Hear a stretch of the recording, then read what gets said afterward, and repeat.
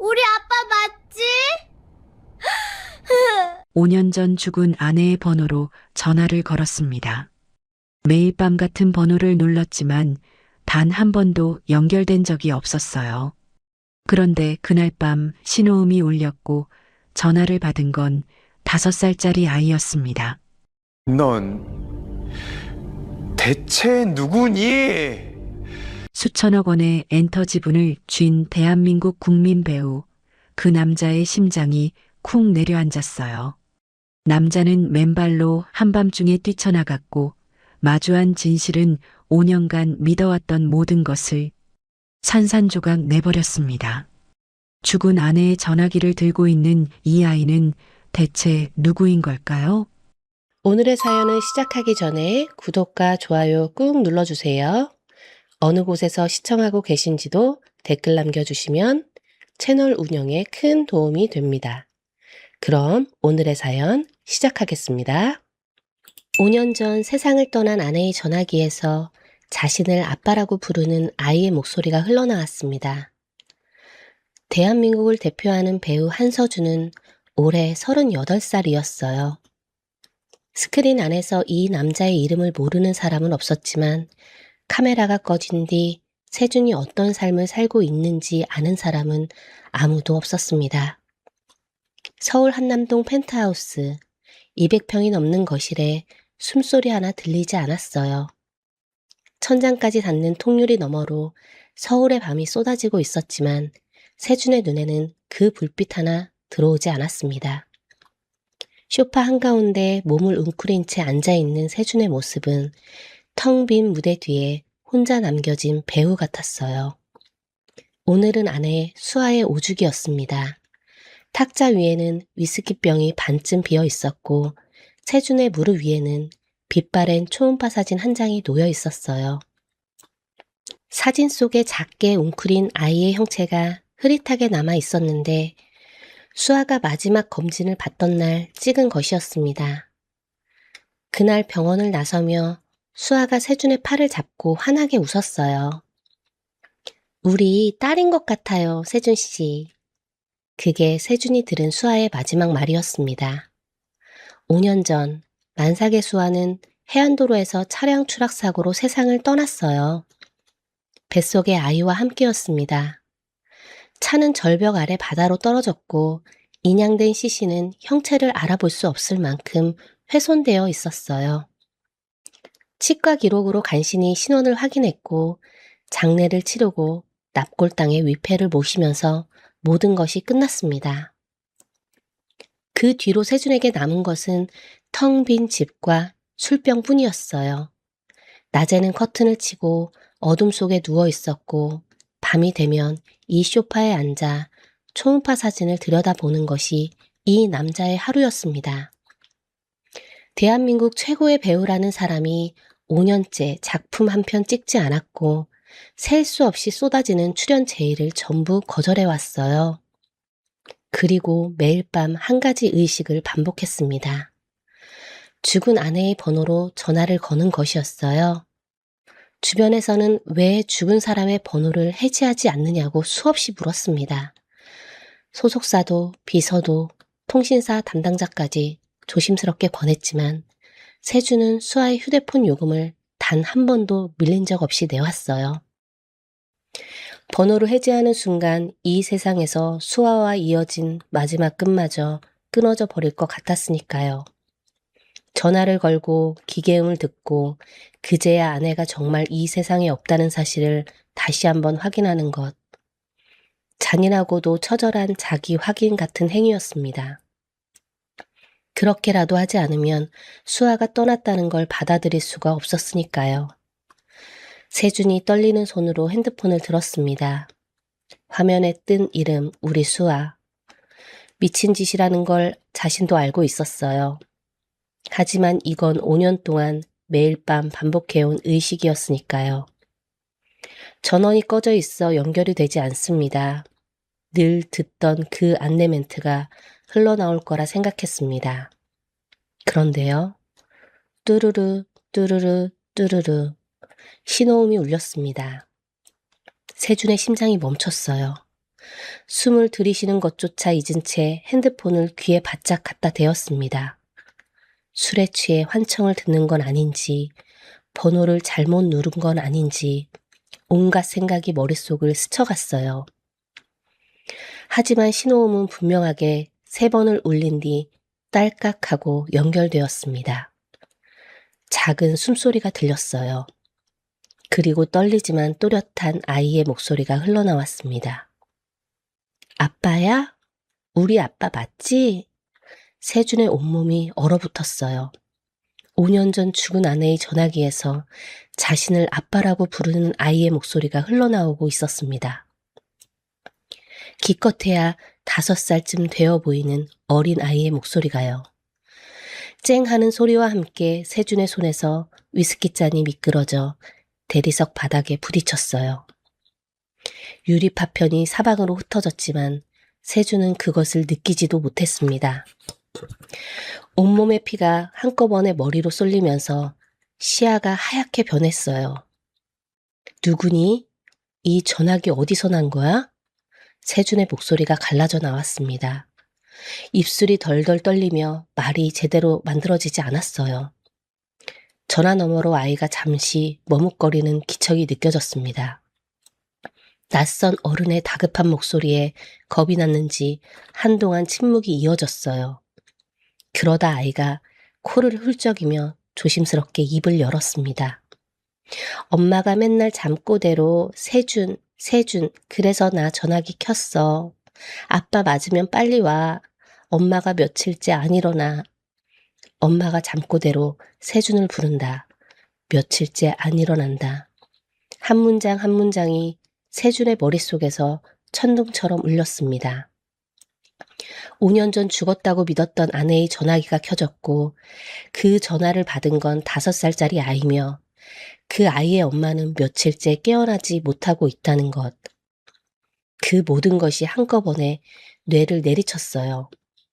수아가 살아있다면 그날 바다에서 죽은 게 아닌가 어딘가에서 숨어 살고 있는 거라면 그리고 이 아이가 5년 전 뱃속에 있던 바로 그 아이라면 세준이 맨발로 벌떡 일어섰습니다. 발바닥에 유리파편이 박혔지만 통증 따위는 세상 어디에도 없는 것처럼 느껴졌어요. 현관문을 발로 밀어젖히고 비서에게 전화를 걸었습니다.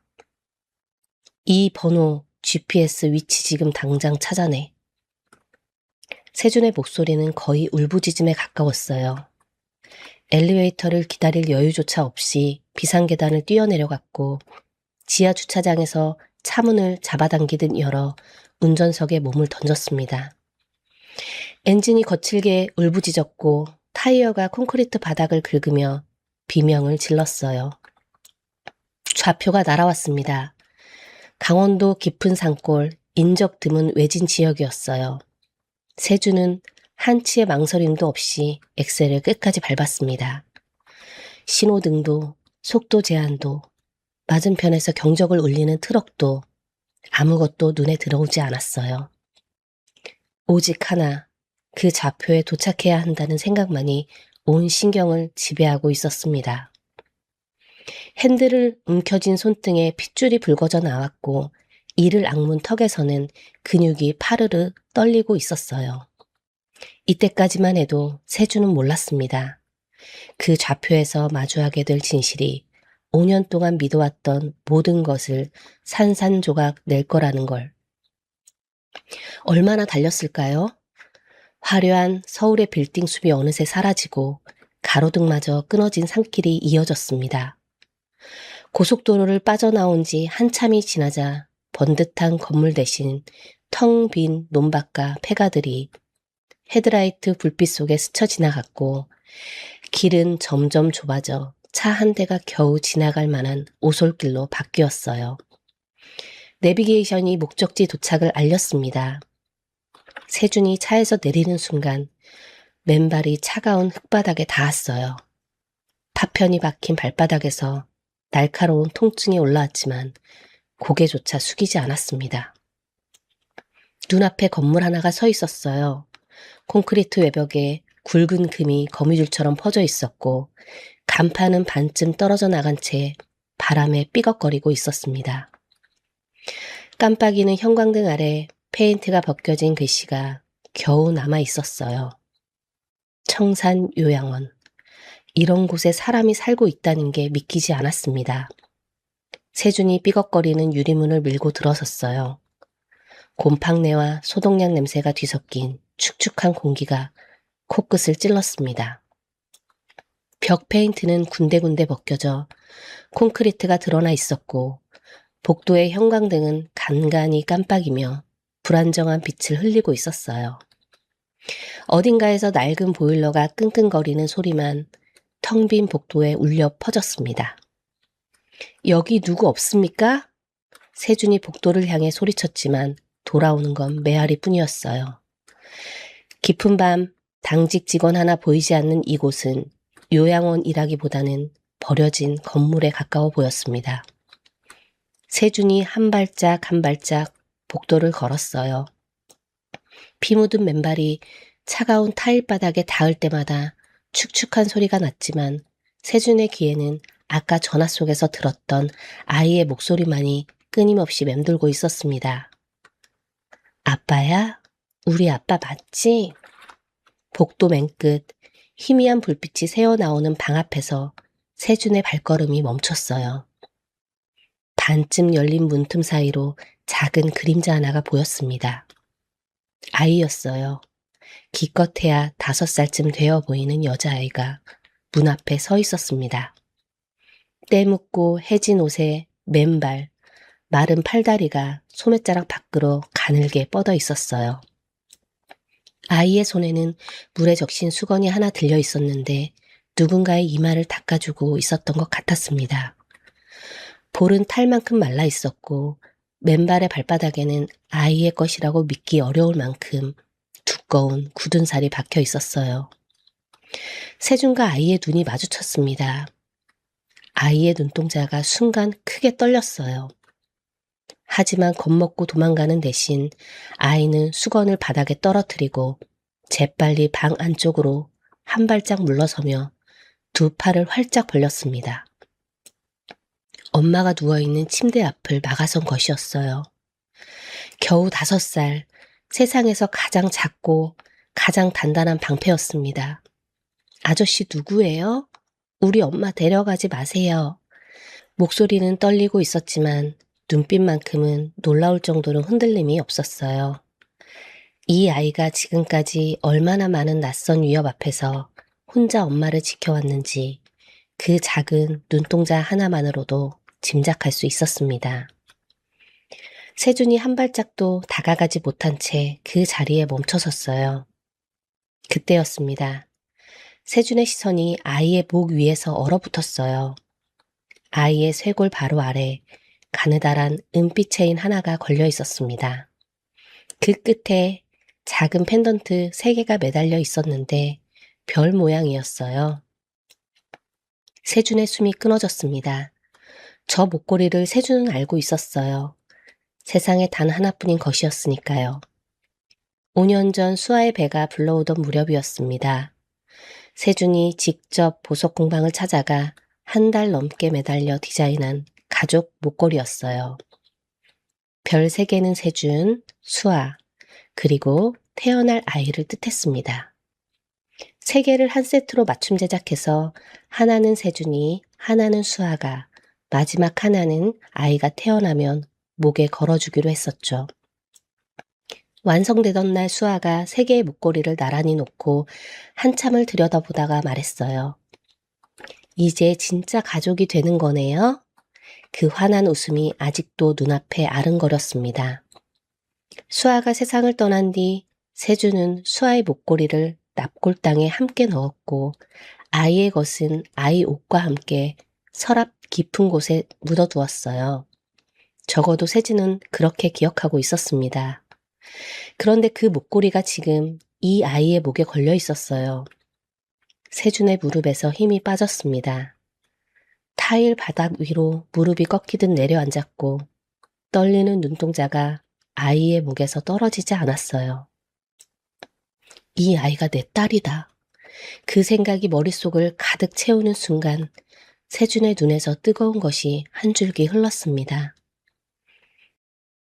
바닥에 주저앉아 울고 있는 이 남자가 나쁜 사람은 아닌 것 같다고 느꼈는지 소민의 벌린 두 팔이 조금씩 내려왔어요. 아이가 고개를 갸우뚱 기울이며 세준을 바라보다가 조심스럽게 주머니에 손을 넣었습니다. 구겨지고 모서리가 다른 사진 한 장을 꺼내 세준 앞으로 내밀었어요. 우리 엄마. 세준이 떨리는 손으로 사진을 받았습니다. 사진 속의 여자가 웃고 있었어요. 5년이라는 시간에 빛이 바래고 접힌 자국이 남아 있었지만 그 얼굴을 세준이 모를 리 없었습니다. 수아였어요. 매일 밤 초음파 사진을 쓰다듬으며 그리워했던 5년 전 바다에서 영원히 떠나갔다고 믿었던 바로 그 사람이 사진 안에서 세준을 바라보고 있었습니다. 세준의 입이 벌어졌지만 소리가 나오지 않았어요. 목구멍 깊은 곳에서 무언가가 치밀어 올랐지만 그것이 울음인지 비명인지 자신도 알 수 없었습니다. 사진을 쥔 손이 부들부들 떨렸어요. 시야가 흐려지고 바닥이 기울어지고 온 세상이 뒤집히는 것 같았습니다. 수아가 살아있다. 그리고 이 아이가 내 딸이다. 세준은 사진을 가슴에 꼭 안은 채 바닥에 이마를 대었어요.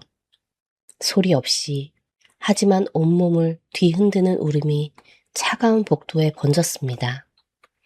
소민이 바닥에 엎드려 오는 세준을 한참 동안 내려다 보았어요. 그러다 아이의 작은 손이 세준의 머리카락 위에 살며시 닿았습니다. 아저씨, 울지 마. 세상에서 가장 작은 손이 세상에서 가장 무너진 남자의 머리를 쓰다듬고 있었어요. 세준이 바닥에서 천천히 몸을 일으켰습니다.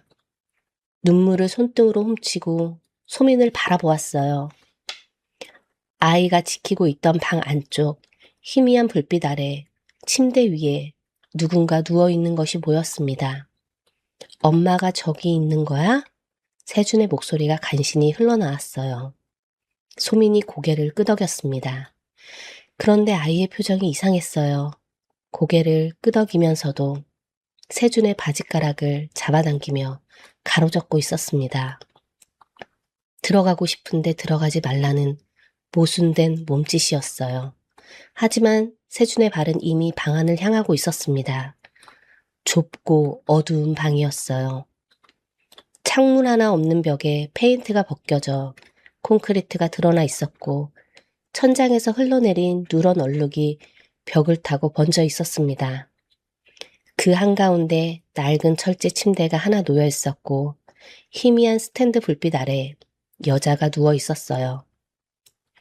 세준의 숨이 멈췄습니다. 뼈만 앙상하게 남은 몸이었어요. 볼은 움푹 꺼져 광대뼈가 날카롭게 드러나 있었고 한때 윤기가 흐르던 머리카락은 푸석푸석하게 엉켜 베개 위에 흩어져 있었습니다. 팔에 꽂힌 수액줄은 거의 바닥을 보이고 있었고 손목은 한 손으로 감싸면 부러질 것 같을 만큼 가늘었어요. 하지만 세준이 수천 번 쓰다듬었던 이마의 선, 눈썹의 각도, 입술의 모양은 변하지 않았습니다. 세준의 입에서 이름이 흘러나왔어요. 수아야. 바람이 빠지는 것 같은 목소리였습니다. 사진으로 확인했을 때와는 차원이 다른 충격이었어요. 죽은 줄만 알았던 사람이 눈앞에서 숨을 쉬고 있었고 가슴이 미세하게 오르내리고 있었습니다. 살아 있었어요. 세준의 눈에서 다시 뜨거운 것이 쏟아졌습니다. 떨리는 손을 뻗어 수아의 이마에 흘러내린 머리카락 한 가닥을 쓸어 올려주려 했어요. 손끝이 수아의 이마에 닿으려는 그 순간 수아의 눈이 떠졌습니다. 흐릿한 눈동자가 천장을 향하다가 천천히 옆으로 움직였어요. 초점이 맞지 않는 시선이 한참을 헤매다가 세준의 얼굴 위에서 멈췄습니다. 1초, 2초. 세준은 그 찰나의 시간이 영원처럼 느껴졌어요. 5년 만에 마주한 아내의 눈에서 자신을 알아보는 빛이 떠오르기를 간절히 바랬습니다. 하지만 수아의 눈에 떠오르는 것은 빛이 아니었어요. 공포였습니다.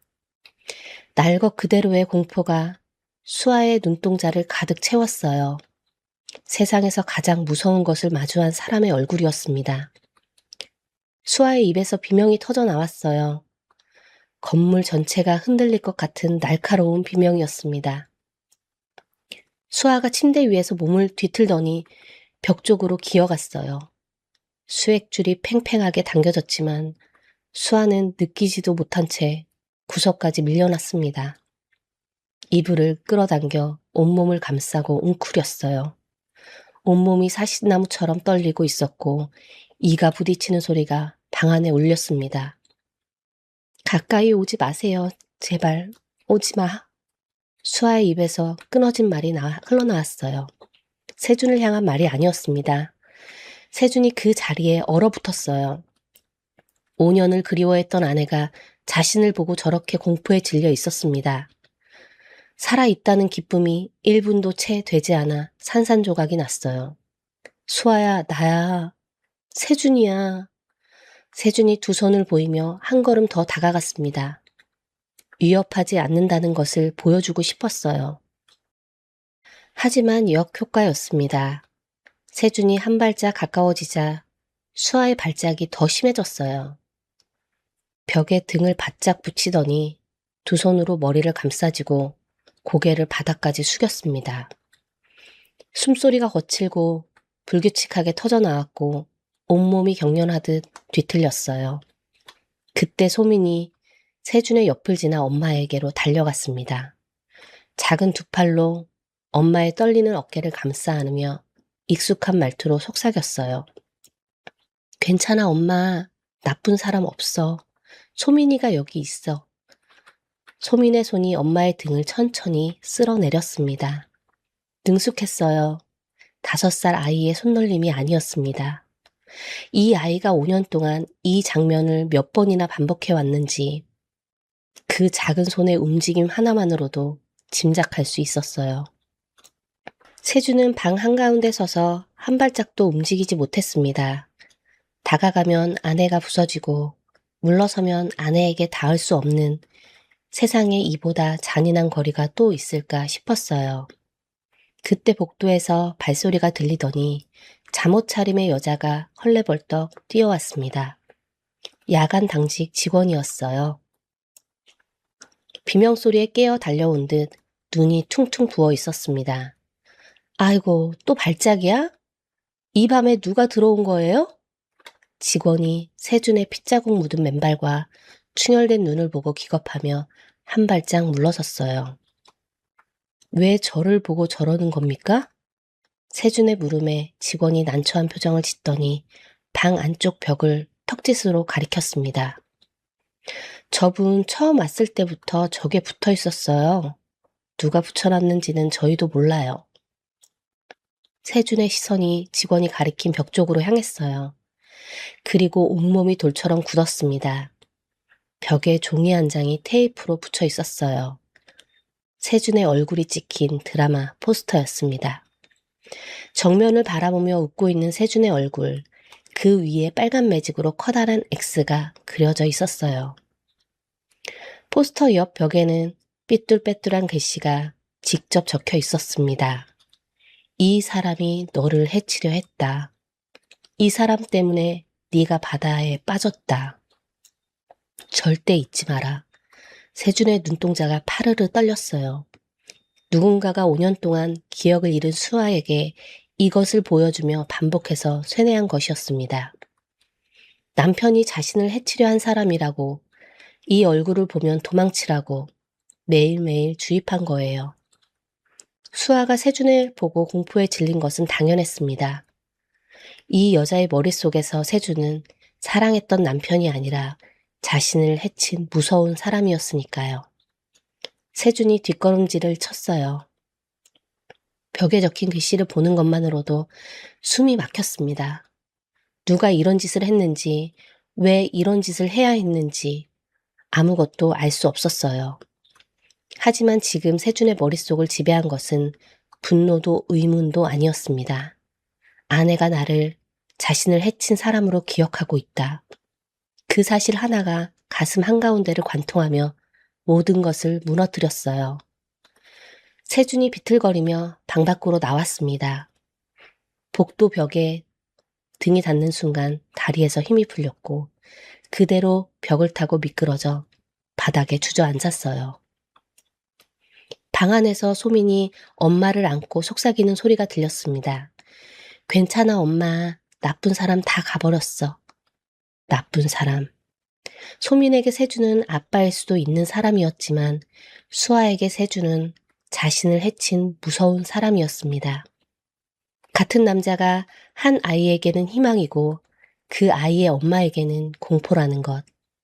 그 모순이 세준의 심장을 두 쪽으로 갈랐어요. 세준은 차가운 복도 바닥에 주저앉은 채 소리 없이 무너졌습니다. 깜빡이는 형광등 아래 들리는 것은 방 안에서 엄마를 달래는 아이의 속삭임과 벽에 기대어 숨죽여 우는 남자의 숨소리뿐이었어요. 세준이 알지 못했던 시간이 있었습니다. 소민이가 이 요양원에서 걸어온 5년이라는 시간이었어요. 소민이 세상에 태어난 곳은 바로 이 요양원이었습니다. 5년 전 기억을 잃은 채 만삭의 몸으로 실려온 수아는 이름도 신분도 없는 환자였어요. 병원도 아니고 산부인과도 아닌 시골 요양원 방 한 칸에서 당직 직원의 도움을 받아 소민이는 세상에 나왔습니다. 출생신고도 없었어요. 이 아이는 서류 위에 존재하지 않는 아이였습니다. 소민이 기억하는 세상의 전부는 이 요양원이었어요. 길고 어두운 복도, 곰팡내 나는 방들, 금이 간 천장, 담장 너머에 뭐가 있는지 소민은 알지 못했습니다. 학교라는 곳이 있다는 것도, 같은 나이의 아이들이 있다는 것도, 생일이라는 게 뭔지도 몰랐어요. 소민이 걷기 시작한 무렵부터 원장은 아이에게 일을 시켰습니다. 소민아, 복도 물 좀 닦아. 새벽 5시, 해가 뜨기도 전에 소민은 자기 몸보다 큰 걸레를 끌고 복도를 닦았어요. 양동이에 담긴 찬물에 손을 넣을 때마다 손가락 끝이 시렸지만 아이는 이를 꽉 물고 버텼습니다. 이걸 해야 엄마가 이 방에서 있을 수 있으니까요. 복도를 닦고 나면 환자들의 빨래를 갰어요. 어른 옷은 소민이 키보다 길어서 바닥에 끌렸고 젖은 빨래를 나르다 계단에서 넘어진 적이 한두 번이 아니었습니다. 무릎이 까져도 울지 않았어요. 점심이 되면 밥상을 날랐습니다. 5살 아이가 어른의 밥상을 양손으로 들면 팔이 부들부들 떨렸지만 흘리지 않으려고 아랫입술을 깨물었어요. 소민의 밥은 따로 없었습니다. 환자들이 남긴 밥을 긁어 모아 한 그릇을 채우는 게 소민의 끼니였어요. 남는 게 없는 날이면 빈 그릇을 들고 멍하니 앉아 있다가 배가 고파 잠이 오지 않는 밤을 보내야 했습니다. 일 안 하면 네 엄마 내보낸다? 원장이 가끔 소민에게 내뱉는 말이었어요. 소민은 그 말이 무서워서 아프거나 힘들어도 절대 쉬지 않았습니다. 신발은 태어나서 한 번도 신어본 적이 없었어요. 여름에는 맨발이 괜찮았지만 겨울이 오면 달라졌습니다. 새벽 복도의 타일이 얼음장처럼 차가워져서 발가락이 갈라지고 피가 맺혔어요. 걸을 때마다 타일 위에 작은 핏자국이 찍혔지만 소민은 멈추지 않았습니다. 그렇게 겨울을 3번 넘기면서 소민의 발바닥에는 아이의 것이라고 믿기 어려울 만큼 두꺼운 굳은 살이 박혔어요. 하지만 소민에게 가장 힘든 건 일이 아니었습니다. 밤이었어요. 수아는 밤마다 발작을 일으켰습니다. 갑자기 비명을 지르며 침대에서 굴러 떨어지기도 했고 벽을 긁으며 같은 말을 반복하기도 했어요. 그때 달려오는 사람은 아무도 없었습니다. 소민뿐이었어요. 겨우 3살, 4살이었던 소민이 이불을 끌어안고 엄마에게 기어갔습니다. 떨리는 엄마의 몸을 2팔로 감싸 안고 같은 말을 되풀이했어요. 괜찮아 엄마, 나쁜 사람 없어. 소민이가 지켜줄게. 누가 가르쳐 준 것도 아니었습니다. 아이가 스스로 만들어낸 말이었어요. 수아의 떨림이 가라앉을 때까지 1시간이든 2시간이든 소미는 엄마를 아는 채 같은 말을 속삭였습니다. 소미는 단 한 번도 엄마 앞에서 울지 않았어요. 울면 엄마가 더 무서워할까 봐요. 대신 엄마가 잠든 뒤 복도 끝 화장실에 혼자 들어가서 수건을 입에 물고 소리 없이 울었습니다. 5살이 할 수 있는 가장 조용한 울음이었어요. 그런 소민에게 아빠라는 존재는 들어본 적도 없는 단어였습니다. 그런데 엄마에게는 비밀이 하나 있었어요. 수아는 깨어 있을 때는 자기가 누구인지도 몰랐습니다. 하지만 잠꼬대로 매일 밤 같은 이름을 불렀어요. 세준 씨 미안해. 의식은 모든 것을 잊었지만 몸이 기억하고 있는 것 같았습니다. 잠에 빠질 때마다 수아의 입술이 같은 이름을 되뇌었고 때로는 눈물이 볼을 타고 흘러내리기도 했어요. 소미는 그 이름을 외웠습니다. 세준. 엄마가 매일 밤 부르는 사람. 엄마가 잠든 뒤에도 눈물을 흘리게 하는 사람. 소미는 생각했어요. 이 사람이 혹시 아빠가 아닐까라고요. 그러던 어느 날이었습니다. 엄마 짐 속에서 낡은 가방 하나를 발견했어요. 가방 안쪽 안감이 찢어진 틈에 무언가 숨겨져 있었습니다. 꺼내보니 전화기였어요. 오래된 구형 전화기였습니다. 전원이 꺼져 있었고 화면에는 금이가 있었어요. 소미는 전화기를 처음 만져봤지만 직원들이 사용하는 것을 어깨너머로 본 적이 있었습니다. 이걸 켜면 어딘가에 연락할 수 있다는 것 정도는 알고 있었어요. 하지만 충전기가 없었습니다. 소미는 요양원 구석구석을 뒤지기 시작했어요. 창고 선반을 하나하나 더듬고 쓰레기통 안을 뒤졌습니다. 며칠을 찾아다닌 끝에 창고 한쪽 구석 박스 속에서 낡은 충전기 하나를 발견했어요. 모양이 맞을지 떨리는 손으로 전화기에 꽂아봤습니다. 딱 하고 맞아 들어갔어요. 소민의 심장이 쿵쿵 뛰었습니다. 화면에 불이 들어오기까지 한참을 기다려야 했지만 아이는 바닥에 쪼그려 앉아 눈을 떼지 않았어요. 드디어 화면이 켜졌습니다. 잠금 화면 위에 뜬 이름 하나. 우리 세준. 소민의 눈이 커졌어요. 엄마가 매일 밤 잠꼬대로 부르는 바로 그 이름이었습니다.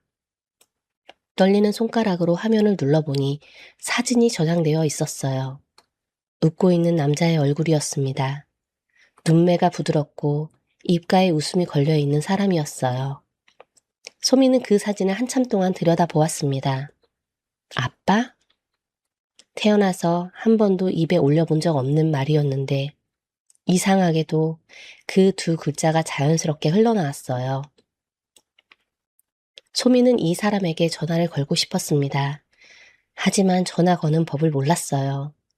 버튼을 이리저리 눌러봤지만 어떻게 하는 건지 알 수 없었습니다. 그래서 소미는 다른 방법을 택했어요. 매일 밤 엄마가 잠든 뒤 이불 속에서 몰래 전화기를 켰습니다. 혹시 이 사람이 전화를 해올지도 모르니까. 그러면 받으면 되니까요. 화면 속 남자의 얼굴을 손가락으로 살며시 쓰다듬으며 소미는 매일 밤 속삭였어요. 아빠 전화해. 하루, 이틀, 일주일. 전화는 오지 않았습니다. 그래도 소미는 포기하지 않았어요. 매일 밤 전화기를 켜고 가슴에 안고 기다렸습니다. 그러다 어느 밤이었어요. 전화기가 울렸습니다. 소민의 손이 떨렸어요. 가슴이 터질 것 같았습니다. 작은 손가락이 초록색 버튼을 눌렀어요. 아빠야? 우리 아빠 맞지? 그것은 소민이 5년을 기다려온 순간이었습니다. 그날 이후 세준은 매일 요양원을 찾았습니다. 수아에게는 다가갈 수 없었어요. 방문 앞에 서기만 해도 안쪽에서 수아의 숨소리가 거칠어지는 게 들렸고 한 발짝이라도 더 가까워지면 발작이 시작되었습니다. 세준이 할 수 있는 건 복도 끝에서 수아의 방을 바라보는 것뿐이었어요. 문틈 사이로 수아의 가느다란 숨소리가 들릴 때마다 세주는 주먹을 꽉 쥐고 발걸음을 돌려야 했습니다. 대신 세주는 소민의 곁에 있기로 했어요. 첫 번째 아침, 세준이 커다란 봉지를 들고 요양원 문을 밀고 들어왔습니다. 소민이 복도 바닥을 닦고 있다가 고개를 들었어요. 자기 몸보다 큰 걸레를 두 손으로 쥐고 있는 모습을 보는 순간 세준의 턱에 힘이 들어갔습니다. 소민아, 이리 와. 세준이 복도 안쪽에 무릎을 꿇고 앉았어요. 봉지에서 작은 상자를 하나 꺼냈습니다. 흰색 운동화였어요. 아이 발 크기에 맞춘 부드러운 쿠션이 깔린 새 신발이었습니다. 소민이 상자를 내려다보며 멍하니 서 있었어요. 이게 뭔지 바로 알아보지 못하는 눈빛이었습니다. 신발이야. 신어봐. 세준이 소민의 맨발을 조심스럽게 들어 올렸어요. 발바닥에 박힌 굳은 살과 갈라진 발 뒤꿈치가 세준의 손바닥에 닿았습니다. 5살 아이의 발이 아니었어요. 세준의 손가락이 미세하게 떨렸지만 내색하지 않으려 입술을 꽉 물었습니다. 오른발, 왼발. 세준이 천천히 신발을 신겨주고 끈을 묶어주었어요. 소민이 일어섰습니다. 한 발짝을 내딛었어요. 그리고 멈춰서서 자기 발을 내려다 보았습니다. 아이의 표정이 이상했어요.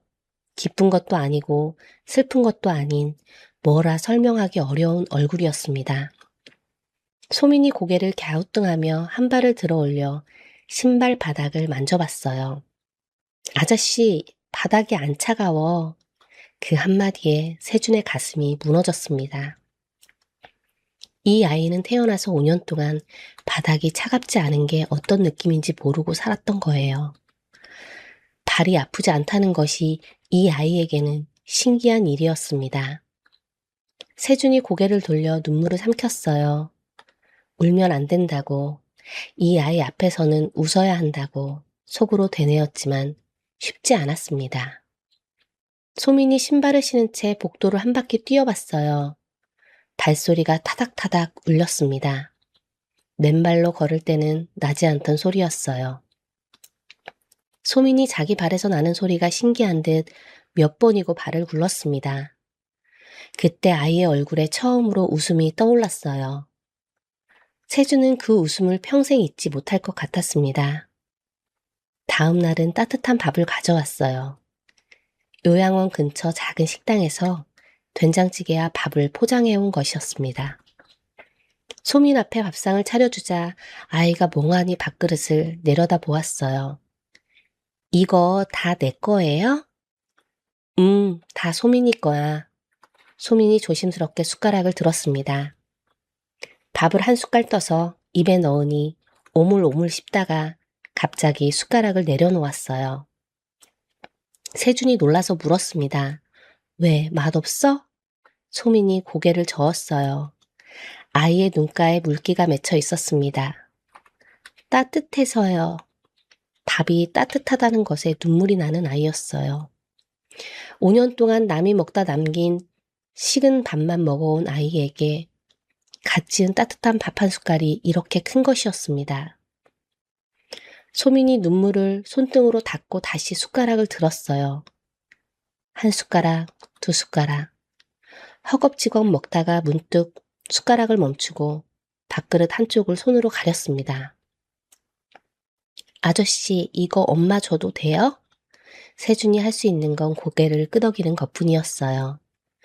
고개를 끄덕이는 동안 눈에서 떨어진 물방울이 무릎 위로 내려앉았지만 소민은 밥을 지키느라 보지 못했습니다. 그렇게 며칠이 흘렀어요. 세준은 매일 아침 요양원에 와서 소민과 시간을 보내고 해가 질 무렵 돌아갔습니다. 소민에게 깨끗한 옷을 사다 주었고 따뜻한 밥을 매일 가져왔어요.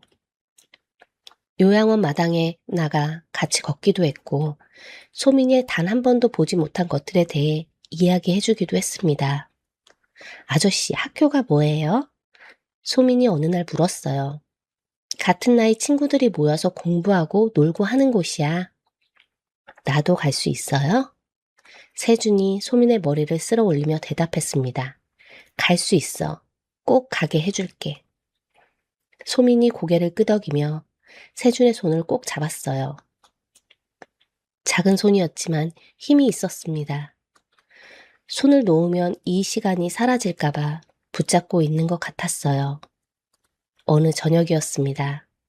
세준과 소민이 요양원 마당 계단에 나란히 앉아 있었어요.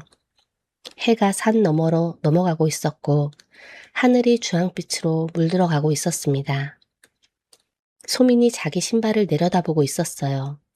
세준이 사준 흰 운동화는 며칠 사이에 이미 흙이 묻어 있었지만 소민에게는 세상에서 가장 소중한 물건이었습니다.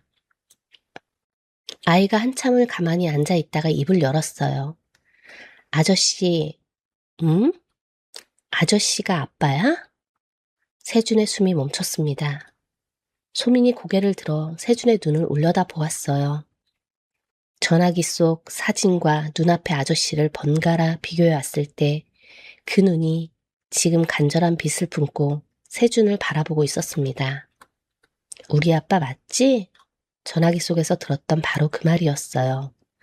하지만 목소리 너머가 아니라 바로 옆에서 세준의 눈을 똑바로 보며 묻는 이 한마디는 전화 속 그것과는 비교할 수 없을 만큼 무거워졌습니다.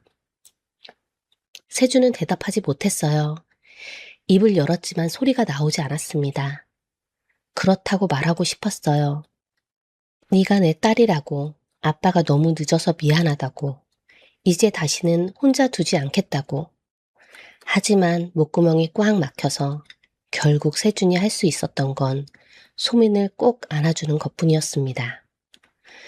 소민의 작은 몸이 세준의 품에 안겼어요. 세준의 팔이 아이를 감싸는 순간 소민의 어깨가 미세하게 떨렸습니다. 엄마 앞에서는 단 한 번도 울지 않았던 이 아이가 세준의 품에서 입술을 꽉 깨물고 울음을 참고 있었어요. 세준이 소민의 머리카락 위로 눈물을 떨어뜨렸습니다. 소리 없이, 하지만 멈출 수 없이 흘러내는 눈물이었어요. 주황빛 하늘 아래 두 사람은 한참 동안 그 자리에서 일어나지 못했습니다. 근데 그 장면을 지켜보는 눈이 있었어요.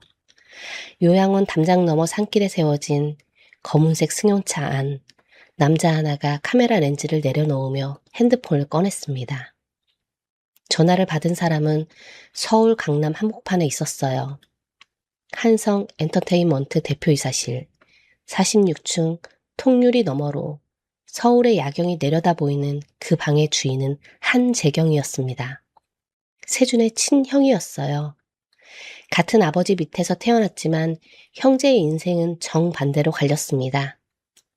동생 세준은 천재적인 연기력으로 대한민국 최고의 배우가 되었고 형 재경은 연기에 재능이 없어 일찍 카메라를 내려놓고 경영 쪽으로 밀려났어요. 아버지가 세준에게 회사 지분 40%를 넘기면서 사실상 후계자로 점 찍었을 때 재경의 가슴에는 말로 표현할 수 없는 것이 쌓이기 시작했습니다.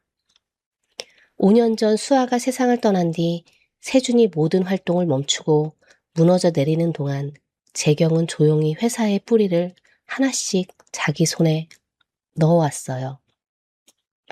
그리고 아무도 모르게 시골 요양원에 매달 소액을 보내온 사람도 바로 이 남자였습니다. 세준이 요양원을 찾았습니다. 여자와 아이 모두 접촉한 것으로 확인됐습니다. 수학이 넘어 보고를 듣는 재경의 손에서 골프공이 바닥으로 떨어졌어요. 통 하는 소리가 조용한 사무실에 울렸습니다. 재경이 천천히 의자를 돌려 창 너머를 내려다보았어요. 데스크 위 액자 속에서 어린 시절 세준과 나란히 웃고 있는 재경의 얼굴이 담겨 있었습니다. 그 얼굴에서 모든 표정이 사라져 있었어요. 재경은 빨랐습니다. 보고를 받은 그 밤 재경은 곧바로 요양원 원장에게 전화를 걸었어요. 내일 아침 경찰에 신고하세요. 보호자도 아닌 남자가 아이를 데리고 나가려 한다고. 원장이 수화기 너머로 머뭇거렸습니다. 하지만 그 사람이 진짜 아이 아버지일 수도. 내가 시키는 대로 해. 그동안 보내준 돈이 얼마인데. 전화가 끊어졌어요. 원장은 한참 동안 수화기를 내려놓지 못했습니다. 다음날 아침이었어요. 세준이 여느 때처럼 요양원 문을 밀고 들어왔습니다. 한 손에는 따뜻한 밥이 담긴 봉지를, 다른 손에는 소민에게 줄 그림책을 들고 있었어요. 복도에서 소민이 뛰어나왔습니다. 아저씨! 소민이 세준의 다리에 매달리며 환하게 웃었어요. 며칠 전 사준 흰 운동화를 신고 타닥타닥 뛰어오는 소리가 복도에 울렸습니다. 세준이 소민의 머리를 쓸어 올리며 웃었어요. 이 순간만큼은 모든 것이 괜찮은 것 같았습니다. 그때 요양원 앞마당에서 차문이 열리는 소리가 들렸어요. 한 대가 아니었습니다. 경찰차 2대가 요양원 앞에 나란히 서 있었고 제복을 입은 경찰 4명이 건물을 향해 걸어오고 있었어요. 세준의 표정이 굳었습니다. 경찰 중 한 명이 앞으로 나서며 세준의 앞길을 가로막았어요. 한세준 씨 맞습니까? 신원미상 아동에 대한 무단 접촉 신고가 접수되었습니다. 함께 가셔야 합니다. 세준의 눈이 커졌어요. 무슨 소리입니까? 이 아이는 제 딸입니다. 보호자 확인이 되지 않는 상태에서 반복적으로 아이에게 접근했다고 신고가 있었습니다. 일단 경찰서에서 확인 절차를 밟으셔야 합니다. 경찰이 세준의 팔을 잡았어요. 세준이 뿌리치려 했지만 다른 경찰이 다가와 양팔을 잡아 뒤로 꺾었습니다. 차가운 수갑이 찰칵하고 손목에 채워졌어요. 아빠! 소민의 비명이 터졌습니다. 아이가 세준에게 달려왔어요. 경찰의 다리 사이를 비집고 세준의 바지가락을 2 손으로 꽉 붙잡았습니다. 아빠 데려가지 마세요. 우리 아빠예요. 소민의 목소리가 갈라졌어요. 엄마 앞에서는 한 번도 울지 않았던 이 아이가 요양원 마당 한복판에서 목 놓아 울고 있었습니다. 경찰 한 명이 소민을 세준에게서 떼어놓으려 했어요. 소민의 손가락이 바지가락을 놓지 않으려 하얗게 변했습니다. 하지만 어른의 힘을 5살이 이길 수는 없었어요. 손가락이 하나씩 떨어지는 순간 소민의 작은 몸이 바닥에 주저앉았습니다. 세준이 끌려가면서 고개를 돌렸어요. 소민이 마당 바닥에 앉은 채 2 팔을 뻗고 있었습니다. 아빠를 향해 점점 멀어지는 아빠를 향해 손을 뻗고 있었어요. 경찰차 문이 닫혔습니다. 유리창 너머로 소민의 입이 움직이는 게 보였어요. 아빠...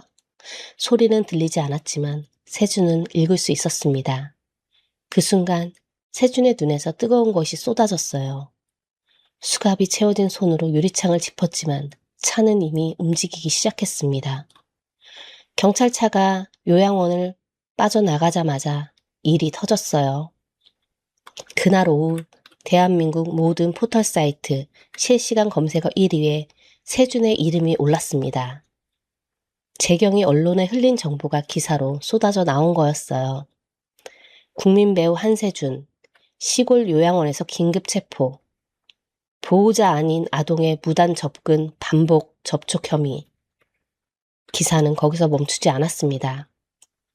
다음날 아침 세준의 과거 우울증 진료 기록이 유출되었어요. 누군가 병원 관계자를 통해 언론에 넘긴 것이었습니다. 한세준 5년간 우울증 약물 복용 사실 확인, 정신 이상 가능성 제기. 여론이 뒤집혔어요. 어제까지 국민 배우였던 남자가 하루 만에 위험 인물이 되었습니다. 광고가 전면 취소되었어요. 세준의 얼굴이 걸려있던 건물 외벽 대형 광고판에 철거 인부들이 올라갔습니다. 차기작 영화에서 하차 통보가 내려왔고 소속사는 전속 계약 해지를 일방적으로 통보했어요. 세준의 이름 석자가 들어간 모든 것이 하나씩 지워져 갔습니다. 그리고 결정적인 한 방이 날아왔어요. 경찰이 세준 명의의 전 재산에 대해 동결 명령을 내린 겁니다. 모든 계좌, 모든 카드, 모든 부동산이 일시에 얼어붙었어요. 수천억 원의 지분을 가진 남자가 편의점 커피 한 잔도 살 수 없는 처지로 추락해 버린 것이었습니다. 아침까지 대한민국에서 손꼽히는 자산가였던 사람이 해가 지기도 전에 빈털터리가 된 거예요. 그날 저녁 세준이 풀려난 직후 아버지 한영수가 세준을 찾아왔습니다. 한성 엔터테인먼트를 맨손으로 일으킨 창업자, 올해 67살의 한영수 회장은 세준에게 아버지이기 전에 경영자였어요. 하지만 오늘만큼은 걱정스러운 아버지의 얼굴을 하고 있었습니다. 세준아, 영수가 아들의 어깨를 잡았어요. 그만 잊어라. 5년 전에 이미 끝난 일이야. 네가 이러다 완전히 망가진다. 세준이 아무 말 없이 아버지를 바라보았습니다. 수아도 안타깝지만 회사가 먼저다. 네가 무너지면 한성이 끝이야. 주가가 이미 15%나 빠졌어. 아버지의 말은 틀린 것이 아니었어요. 걱정하는 아버지의 당연한 말이었습니다. 하지만 세준의 가슴 한쪽에 무언가가 걸렸어요. 수아가 안타깝지만 회사가 먼저라는 그 한마디가 위로가 아니라 경고처럼 들렸습니다. 왜 그런 느낌이 드는지 세준 자신도 정확히 알 수 없었어요. 아버지가 돌아간 뒤 세준은 텅 빈 거실에 혼자 앉았습니다. 핸드폰에 소민의 번호를 눌렀지만 연결되지 않았어요. 경찰서에서 접근 금지 통보를 받은 상태였습니다. 며칠 전까지만 해도 소민의 머리카락을 쓸어 올려주고 따뜻한 밥을 먹이고 나란히 앉아 하늘을 바라보던 그 시간이 꿈처럼 멀어져 있었어요. 그 시각 재경은 요양원 원장에게 다시 전화를 걸었습니다. 오늘부터 약값 송금 전부 중단해. 원장이 다급하게 말했어요. 그러면 환자 약을 끊어야 하는데요? 상태가 위중한 사람이 내가 알 바 아니지. 전화가 끊어졌습니다. 수아에게 들어가던 마지막 약까지 끊어지려 하고 있었어요. 약이 끊기자 수아의 몸이 무너지기 시작했습니다. 하루에도 몇 번씩 발작이 반복되었어요. 온몸이 식은땀에 젖어 이불을 적시고 의식이 오락가락하며 눈을 감았다 떴다를 되풀이했습니다. 입술이 새파랗게 변해갔고 수액조차 제때 교체되지 않아 팔에 꽂힌 바늘자리가 퉁퉁 부어 올랐어요. 소미는 엄마 곁을 떠나지 않았습니다. 물에 적신 수건으로 엄마의 이마를 닦고 이불을 여미고 발작이 올 때마다 작은 두 팔로 엄마를 안았어요. 괜찮아 엄마. 소민이가 여기 있어. 하지만 소민의 말과는 다르게 수아의 상태는 시간이 갈수록 나빠지고 있었습니다. 어느 아침이었어요. 원장이 소민을 사무실로 불렀습니다. 책상 위에는 밀린 청구서가 쌓여 있었고 원장은 그 종이를 너머로 소민을 내려다보며 입을 열었어요. 소민아, 네 엄마 약값이 밀렸어. 돈이 안 들어와. 이러다 엄마 여기서 나가야 해. 소민이 원장의 얼굴을 올려다보았습니다. 5살짜리 아이가 그 말의 의미를 정확하게 이해하고 있었어요. 엄마가 쫓겨난다는 뜻이었습니다. 소민은 한참 동안 움직이지 않았어요. 두 손을 꼭 쥐고 바닥을 내려다보고 있었습니다. 그러다 아이가 천천히 고개를 숙이더니 자기 목에 걸린 목걸이에 손을 가져갔어요.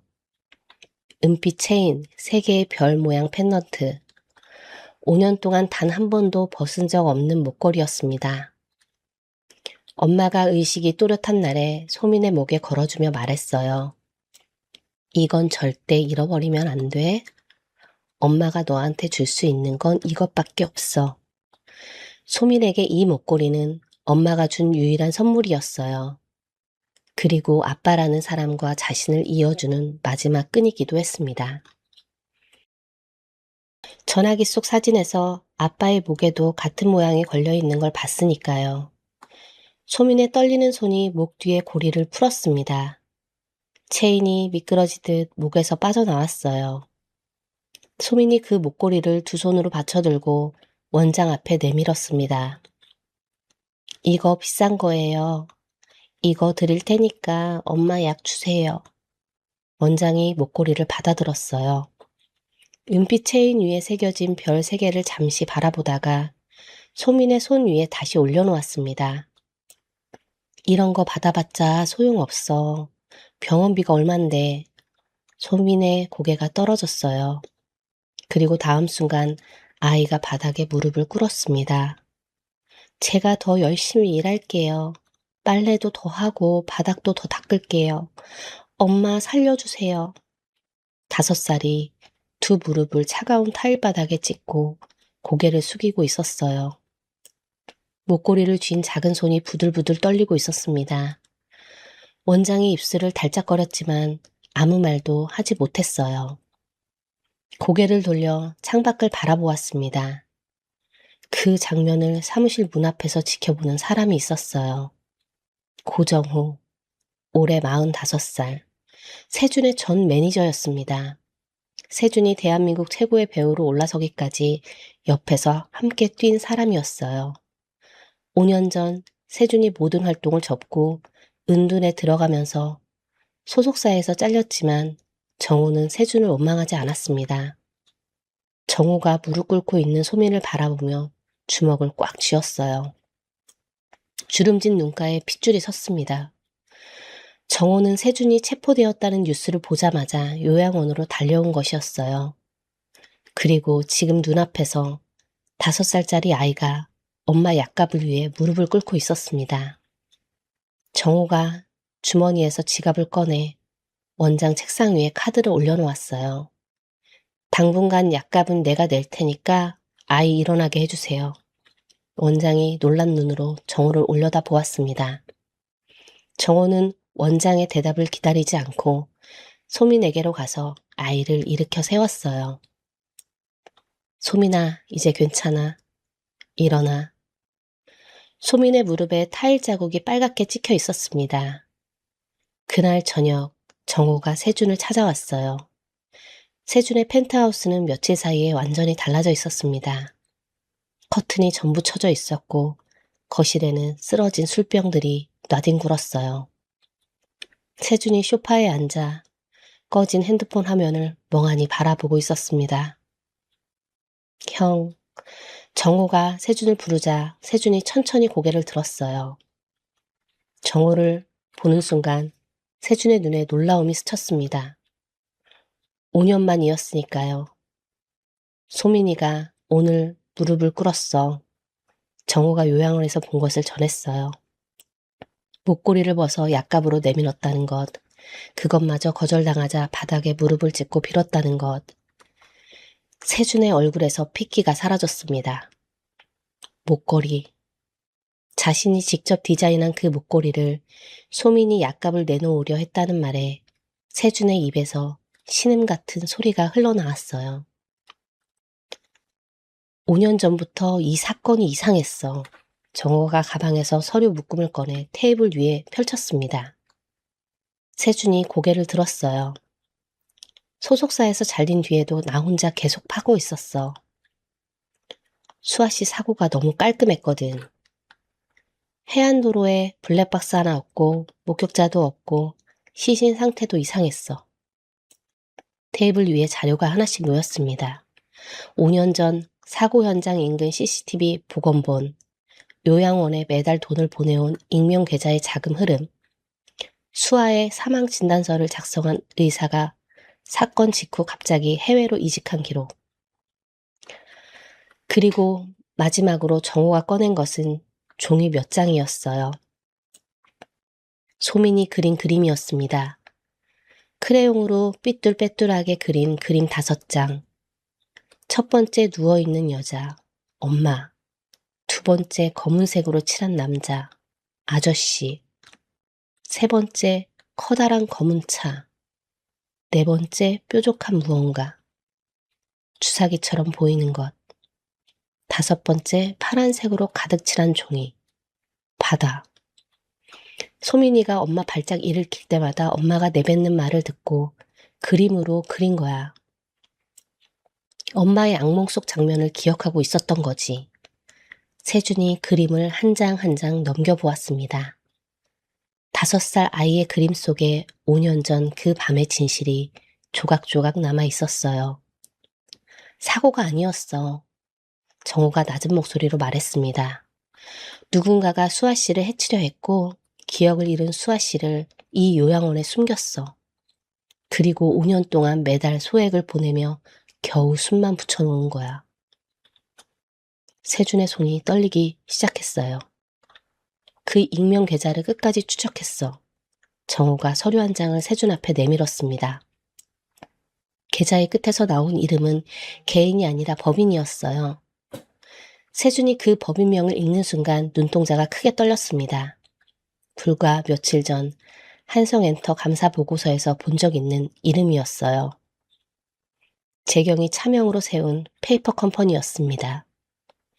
형이 처음부터 모든 것을 알고 있었다는 뜻이었어요. 세준의 눈이 차갑게 가라앉았습니다. 다음 날 아침 세준의 핸드폰이 울렸습니다. 재경이었어요. 요양원으로 와. 안 오면 오늘 중으로 그 여자와 아이가 길바닥에 나앉는다. 전화가 끊어졌어요. 세준이 핸드폰을 내려놓고 테이블 위를 바라보았습니다. 어젯밤 정우가 펼쳐놓은 서류들이 그대로 놓여 있었어요. 재경의 페이퍼 컴퍼니, 익명 송금, 5년간의 거짓. 형이 모든 것의 배우였다는 사실을 이제 세준은 알고 있었습니다. 세준이 천천히 자리에서 일어났어요. 정우에게 전화를 걸어 짧게 한마디 했습니다. 형한테 불려갔다 올게. 정우가 무언가를 말하려 했지만 세준이 먼저 전화를 끊었어요. 세준이 요양원에 도착한 것은 점심이 지난 무렵이었습니다. 요양원 앞에 검은 세단 한 대가 서 있었어요. 세준이 현관문을 밀고 들어서자 복도 한가운데 사람이 서 있었습니다. 한재경. 맞춤 정장에 구김 하나 없는 차림이었어요. 넥타이 핀에서 빛이 반짝였고 구두에는 흙 한 점 묻어있지 않았습니다. 곰팡내 나는 이 낡은 요양원과 철저하게 어울리지 않는 사람이었어요. 형제의 눈이 마주쳤습니다. 재경의 입꼬리가 미세하게 올라갔어요. 그 미소에는 형제 사이의 정이나 미안함 같은 건 조각만큼도 보이지 않았습니다. 올 줄 알았어. 재경이 세준의 어깨를 스치며 수아의 방을 향해 걸었어요. 세준이 앞을 가로막으려 했지만 재경은 세준의 어깨를 한 손으로 밀치며 지나갔습니다. 비켜. 네가 하는 말 들어야 네가 할 하는 사람이 말 있어. 들어야 할 사람이 있어. 재경이 수아의 방 앞에 섰어요. 문이 열려 있었습니다. 그 안에서 소민이 엄마의 이마를 닫고 있었어요. 수아는 의식이 오락가락하는 상태로 침대에 누워 있었고 소민은 물수건을 들고 엄마 곁을 지키고 있었습니다. 소민이 고개를 돌려 재경을 보았어요. 아이의 눈이 순간 커졌습니다. 본능적으로 위험을 감지한 듯 소민이 재빨리 일어서서 엄마 앞을 막았어요. 두 팔을 활짝 벌린 채 며칠 전 세준에게 했던 것과 똑같은 자세로요. 재경이 소민을 내려다 보았습니다. 양복 주머니에 한 손을 넣은 채 아이를 굽어보는 모습은 길바닥에 돌멩이를 내려다보는 것과 다르지 않았어요. 너 같은 애한테 아빠가 올 리가 없어. 널 버리고 간 사람이야. 재경의 목소리는 낮고 차분했습니다. 그래서 더 잔인했어요. 소민의 눈에 눈물이 차올랐습니다. 하지만 아이는 두 팔을 내리지 않았어요. 입술이 파르르 떨렸지만 발을 한 발짝도 뒤로 빼지 않았습니다. 세준이 뒤에서 뛰어와 재경의 팔을 잡았어요. 소민이한테 한 발짝만 더 가까이 가면 세준의 목소리가 낮게 갈라졌습니다. 재경이 천천히 세준을 돌아보았어요. 뭘 어쩔 건데? 재경이 안주머니에서 서류를 꺼내 세준 앞에 펼쳤습니다. 한성 엔터테인먼트 지분 전량 양도 각서였어요. 세준이 가진 40%의 지분을 재경에게 넘긴다는 내용이 빼곡하게 적혀 있었습니다. 여기 도장 찍어. 그러면 약은 다시 넣어줄게. 재경이 각서를 세준의 가슴 앞에 내밀었어요. 안 찍으면 내일 이 여자와 애가 길바닥에 나앉아. 약도 끊겼고 원장도 내 편이야. 네가 아무리 발버둥 쳐도 돈 한 푼 사람 하나 움직일 수 없어. 세준이 각서를 내려다 보았습니다. 이 종이에 도장을 찍는 순간 아버지에게 물려받은 모든 것을 잃게 돼요. 회사도, 자산도, 이름도 전부. 세준의 시선이 뒤쪽으로 향했습니다. 침대 뒤에서 의식이 흐릿한 채 거친 숨을 내쉬고 있는 수아. 그리고 그 앞에 두 팔을 벌리고 서서 눈물을 참고 있는 소민. 세준이 단 1초도 망설이지 않았습니다. 엄지손가락을 입에 넣어 깨물었어요. 이빨 사이에서 피가 배어 나왔고 세준은 그 손가락을 그대로 각서 위에 꾹 눌렀습니다. 하얀 종이 위에 붉은 지문이 선명하게 찍혔어요. 됐으니까 당장 약부터 넣어. 세준의 목소리에는 아무런 감정도 남아있지 않았습니다. 분노도 원통함도 전부 바닥에 버린 텅 빈 사람의 목소리였어요. 재경이 각서를 집어들었습니다. 피 묻은 지문을 확인하더니 만족스럽게 접어 안주머니에 넣었어요. 그리고 비서에게 턱짓을 하자 비서가 핸드폰을 꺼내 원장에게 전화를 걸었습니다. 약 다시 넣어.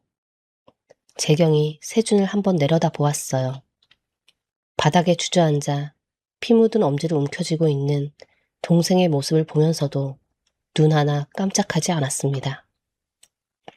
재경이 돌아서며 양복 소매에 먼지를 가볍게 털어냈어요. 마치 방금 아무 일도 없었다는 듯 여유로운 걸음으로 복도를 걸어 나갔습니다. 세단의 문이 닫히고 엔진 소리가 멀어져 갔어요. 요양원에 다시 정적이 내려앉았습니다. 소민이 세준에게 다가왔어요.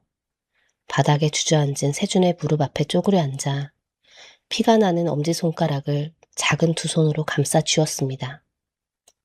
아빠, 아파? 세준이 고개를 들었어요. 소민의 눈을 바라보다가 아이를 꼭 안았습니다. 이 아이를 지키기 위해서라면 회사든 재산이든 아무것도 아니었어요. 하지만 이 이야기에는 아직 아무도 모르는 것이 하나 있었습니다. 재경이 떠난 뒤 세준이 천천히 셔츠 안주머니에 손을 넣었어요. 손가락 끝에 작은 것이 만져졌습니다. 소형 녹음기였어요. 요양원으로 떠나기 전 정호가 세준의 주머니에 넣어준 것이었습니다. 재경이 소민에게 한 말, 약을 끊겠다는 협박, 각서를 내밀며 한 요구, 그 모든 것이 처음부터 끝까지 고스란히 녹음되어 있었어요. 세준이 녹음기를 꺼내 손바닥 위에 올려놓았습니다. 피 묻은 엄지 옆에서 녹음기에 빨간 불빛이 작게 깜빡이고 있었어요. 세준의 눈이 달라져 있었습니다. 소민을 안고 울던 눈이 아니었어요. 바닥에 엎드려 무너지던 눈도 아니었습니다. 차갑고 정확하고 흔들림 없는 눈이었어요.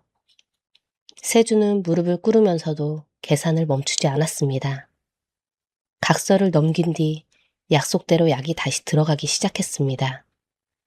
수아의 발작이 조금씩 줄어들었고 의식이 오락가락 하던 것도 어느 정도 잡혔어요.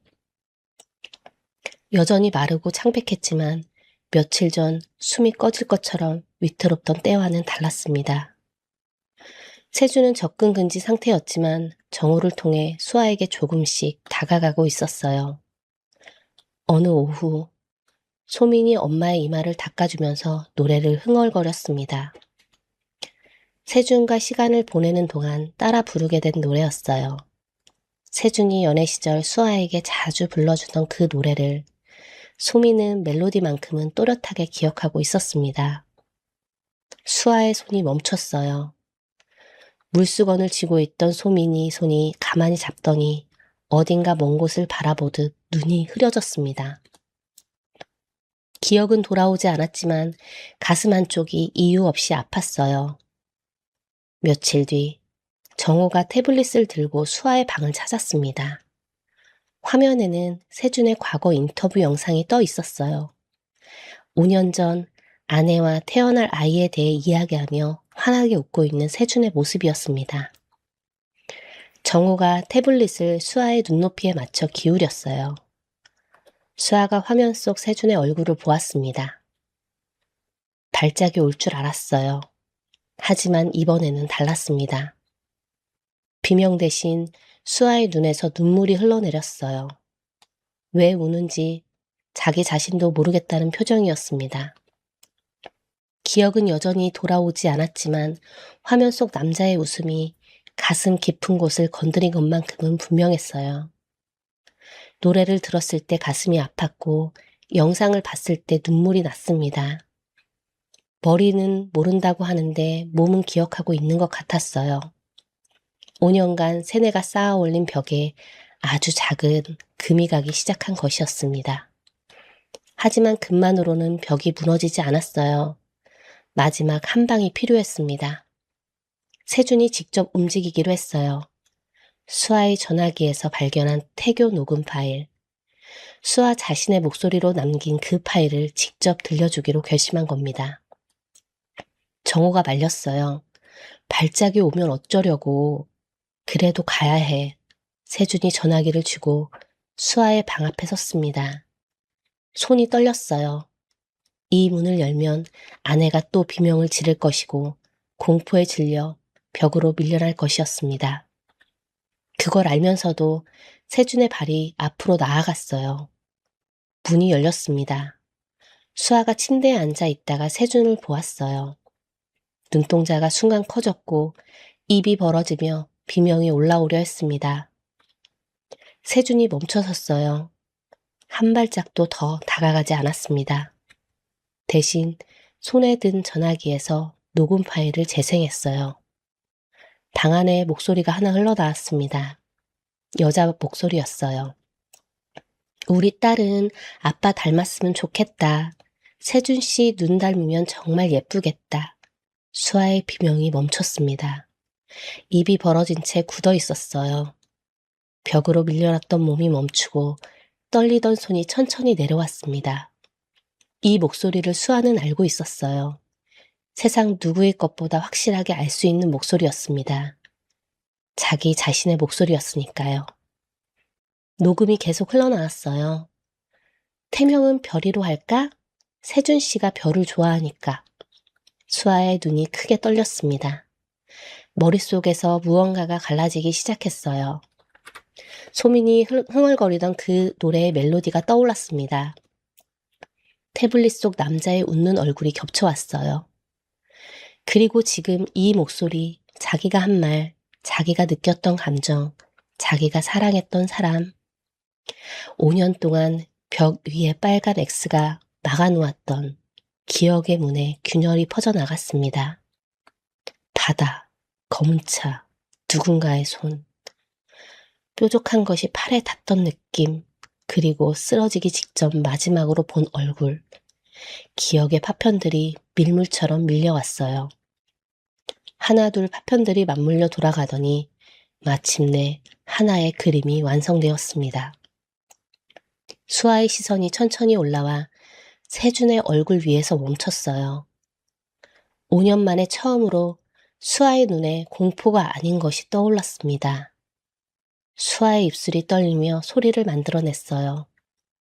갈라지고 끊어지는 목소리였지만 그래서 더 깊이 가슴에 박혔습니다.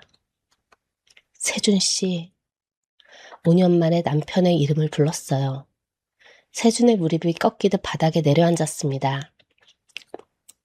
며칠 전 재경 앞에서 꿇었던 것과는 다른 무릎이었어요. 굴복이 아니라 감사였고 수치가 아니라 안도였습니다.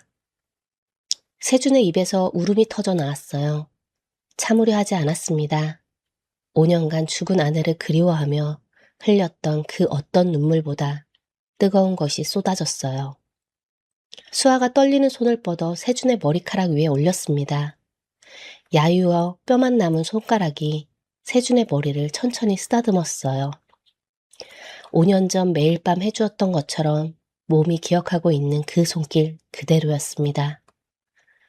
방문 틈 사이로 소민이 그 장면을 보고 있었어요. 아이의 입술이 떨렸습니다. 소리를 내지 않으려 했지만 참을 수 없었어요. 소민이 생애 처음으로 소리내어 울었습니다. 엄마 앞에서 한 번도 울지 않던 아이가 엄마가 아빠의 이름을 부르는 것을 보고서야 비로소 울음을 터뜨렸어요. 한참을 울고 난 뒤 수아가 세준의 얼굴을 두 손으로 감싸쥐었습니다. 눈물로 범벅이 된 채 남편의 눈을 들여다보며 떨리는 목소리로 말했어요. 5년 전 그날 마지막으로 본 얼굴이 있어요. 세준이 숨을 멈추었습니다. 검은 차가 길을 막았어요. 누군가 내 팔에 뭔가를 찔렀어요. 쓰러지기 직전에 그 사람 얼굴을 봤어요.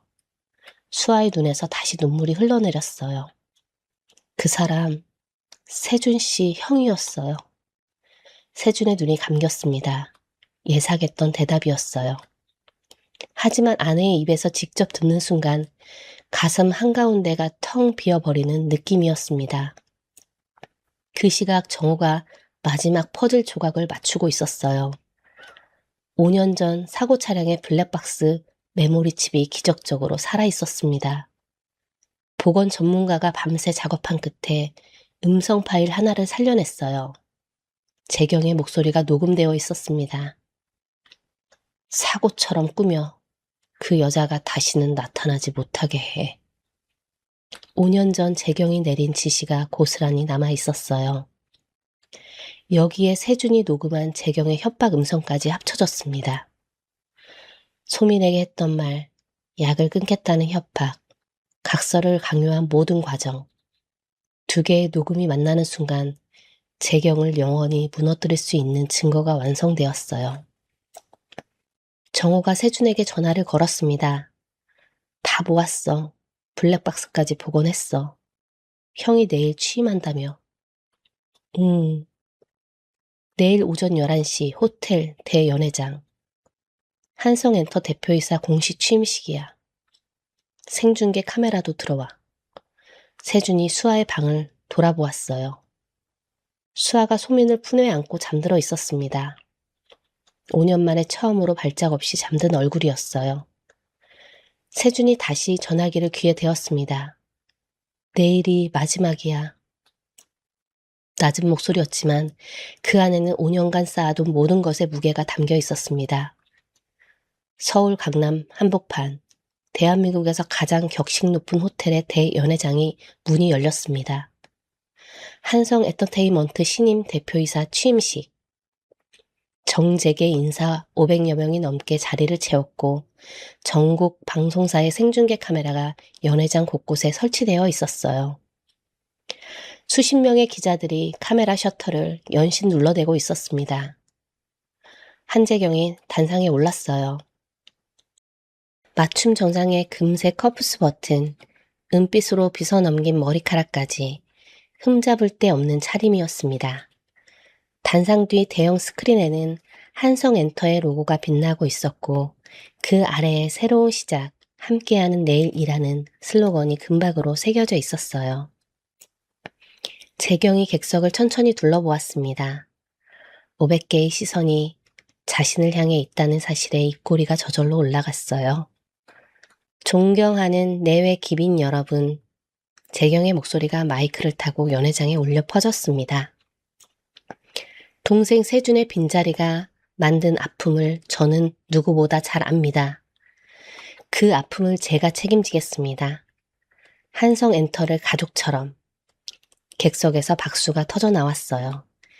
재경이 잠시 박수를 즐기듯 눈을 감았다 다시 입을 열었습니다.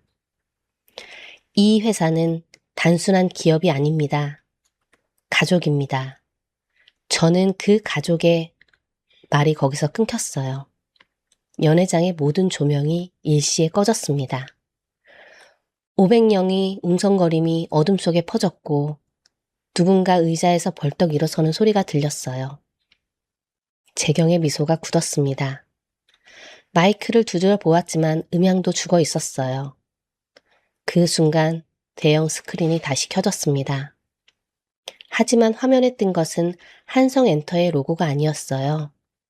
남자의 목소리가 연회장의 스피커를 타고 흘러나왔습니다.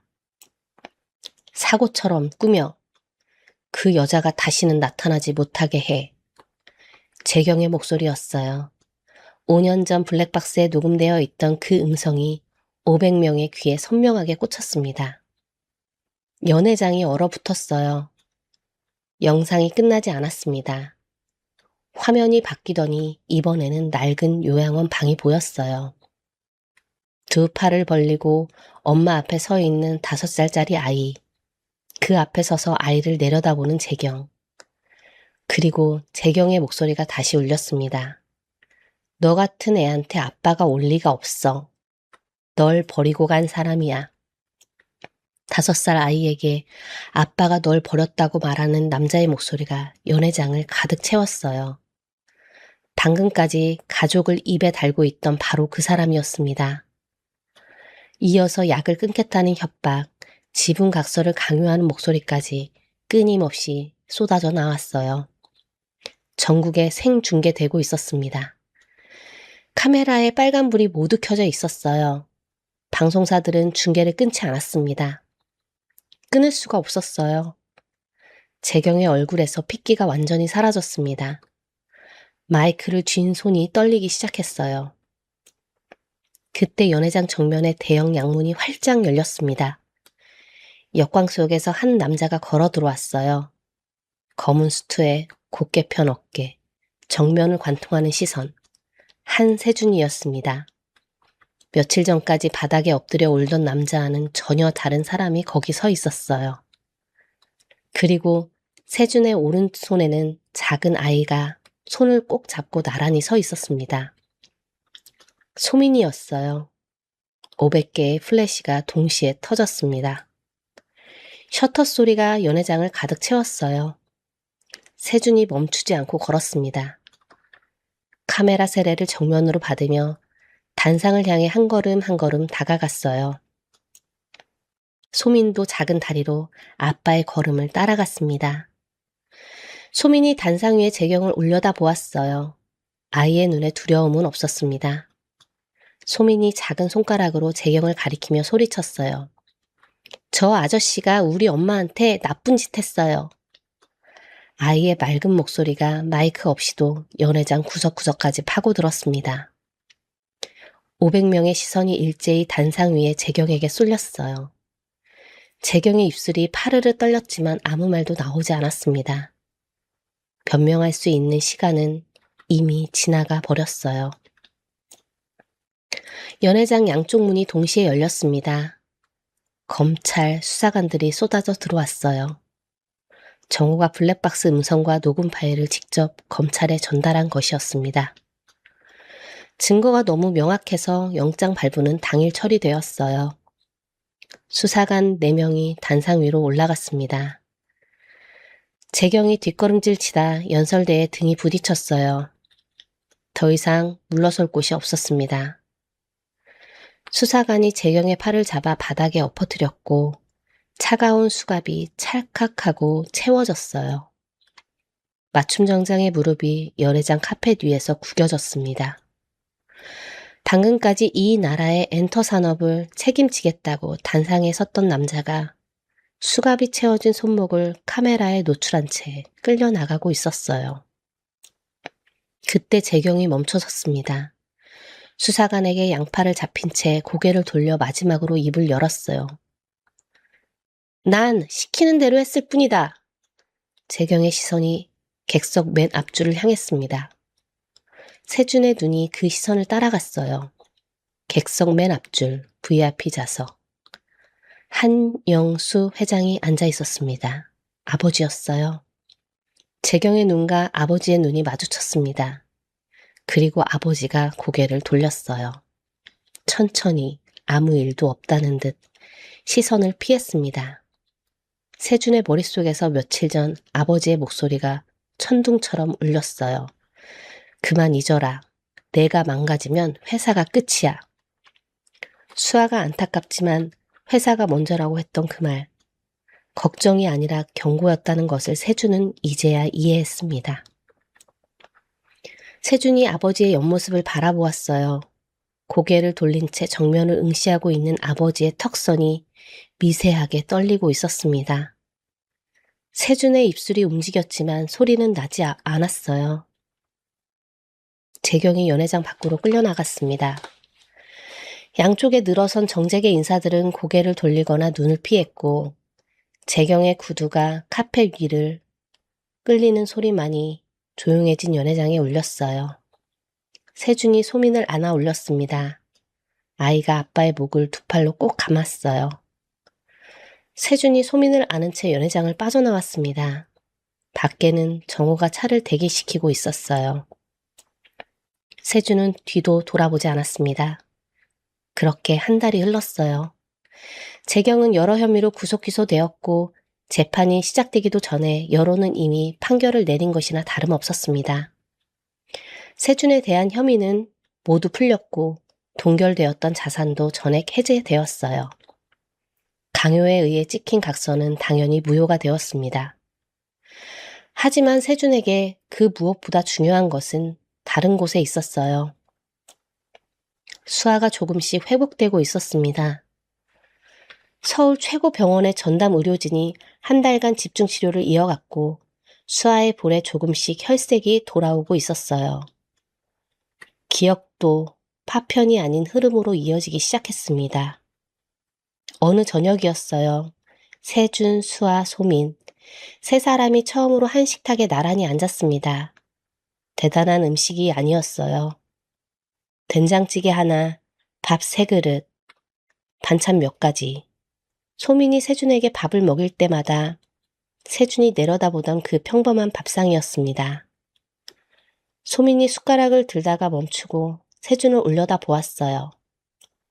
아빠, 우리 내일도 같이 밥 먹어? 세준이 소민의 머리카락을 쓸어 올리며 대답했습니다. 내일도 모레도 매일. 소민이 웃었어요. 그리고 옆에 앉은 수아도 조용히 웃었습니다. 그 웃음 속에는 5년간의 어둠을 지나온 사람만이 가질 수 있는 빛이 있었어요.